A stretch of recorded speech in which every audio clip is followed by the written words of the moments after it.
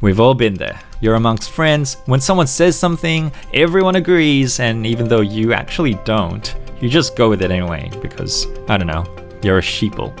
Who am I kidding? I am too.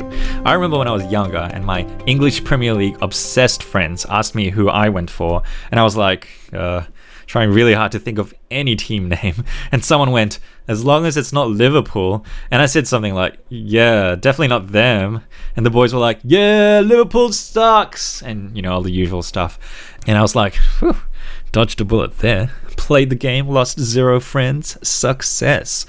Now, why did I do that? Was it because Liverpool actually is a bad team? No, it's because I liked being part of that group, and I wanted to fit in.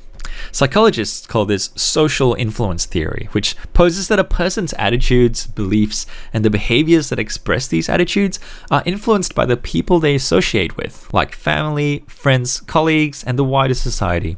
While this might seem like common sense to us now, the psychologists who first began to investigate these areas did so in part to change something terrible that had gripped the United States: racial segregation. Now, we're going to be exploring attitudes and stereotypes in other lessons, but suffice to say, group influence was very powerful in 1950s America. Herbert Kalman was one of the key psychologists in this area of research, and the person who proposed social influence theory.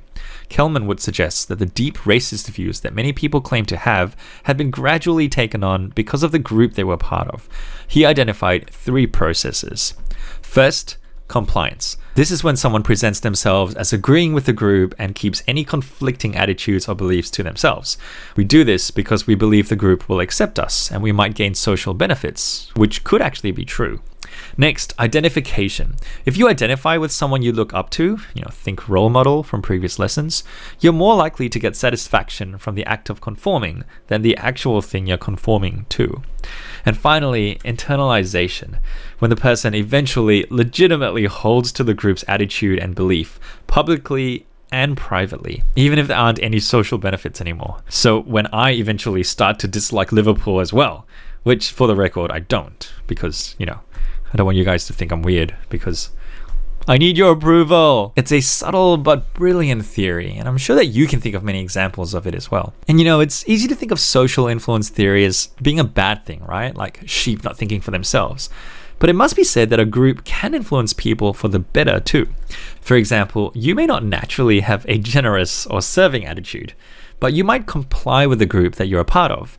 And as you see others volunteering and helping people, maybe even celebrities that you admire doing charity work, you start to identify with it all.